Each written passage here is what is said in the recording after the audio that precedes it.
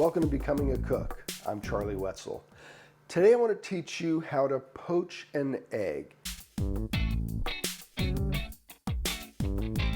It's really less intimidating than probably people think it is. You think poached egg and you think, oh, is that hard?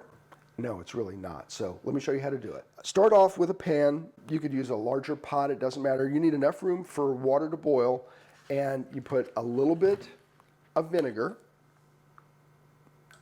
You just want a little bit of acid. If you're not really a fan of vinegar, you could squeeze half of a juice of a lemon in there and give it some salt. You want it to taste salty, and now you're ready to put it on the stove. My water's coming to a boil, so now I want to get my eggs ready. The first time I taught Hannah how to do this, I had her crack the egg into a small cup because it makes it a little bit easier to handle. So I'm going to do 2 eggs. One of them I'll do this way. The other one I'm going to crack into this. Usually that's what I do, is I just crack it directly into the pot of water. It takes a little bit more finesse, and you also have to be careful not to dip your fingers into the boiling water. So this is coming to a rapid boil. I'm not going to poach the eggs at this temperature, but I want it to be at this temperature when I start. So I'm just going to drop this down a little bit. And there's my first egg. I'm just going to go ahead and ease that in, and then I'll put the second one in. This one's on this side. I just want to put it on the opposite side, and I'm going to slide that in gently.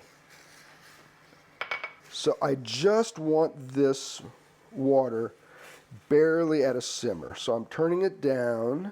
So I've got bubbles here, but I don't want it rolling. I want it to cook gently. Your goal when you poach an egg is to have the whites completely solid and cooked, and your yolk completely liquid and warm, but not cooked. If you go to a restaurant and you order eggs Benedict or something else like that, or poached eggs with hash, which I really love, and you cut into the egg and the yolk is solid, you know that the kitchen really missed it. If you're going to cook it that way, you might as well have a hard-boiled egg, and it's really not the same experience as a poached egg. So I'm watching this. You can see it's starting to boil a little bit faster. I'm turning this back down again, and I just want to get a sense of where these are at. The first one is starting to float, so that's a good sign. The second one is still at the bottom. I always use a slotted spoon so that I can handle these. If you don't have a slotted spoon, could you use one that doesn't have holes in it? Yes. You could try something like a spider.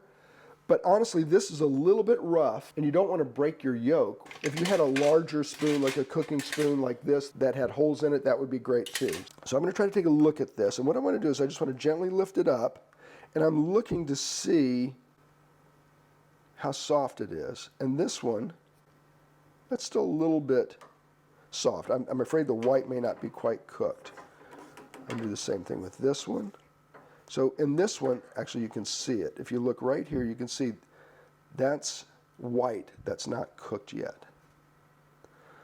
So this needs a little bit more time. One of the things my chef taught me years ago is that you can poach these eggs till they're just done and then put them in an ice water bath and then let them sit. So if you want to do, say, like an Eggs Benedict for 4 or 6 people, to poach all the eggs at one time and get the timing right is really, really difficult. As a matter of fact, the last time I was doing that with Hannah, I kind of intruded on her system a little bit, and we overcooked the eggs. So I'm sorry, Hannah, that was on me. But if you're really careful with this and you get them in a water bath and you get all of your plates set up for your Eggs Benedict, then you can reheat the eggs quickly by putting them in boiling water till they're warmed through, and then serve them. And that way you can do a dozen or 2 dozen eggs at one time. So I'm going to take a look at this.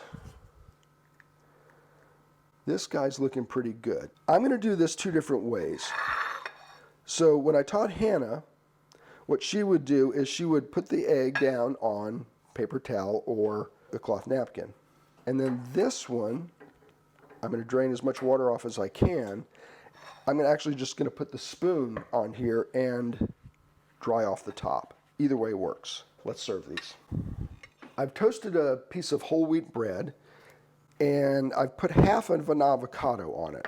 Just smashed it on there. I'm giving it a little salt and pepper. And then here's my egg that was sitting here. I'm just going to place it on here. I don't know if you noticed, but I just flipped this over using the paper. A little salt, a little pepper, and you can see this makes for a nice dish. Let's see if I got the yolks right. Yeah, that's exactly what you want. Look at that. So the white is cooked through, and the yolk is all liquid. That's a perfectly poached egg. I encourage you to try this. It's simple, it's elegant. Hannah started to poach eggs all the time. She now works at a breakfast restaurant where, guess what, they poach eggs. She didn't have to learn it there because she learned it at home. Thanks for joining me today on Becoming a Cook. I want to taste a piece of this. I bet Stephanie's going to want me to share this with her.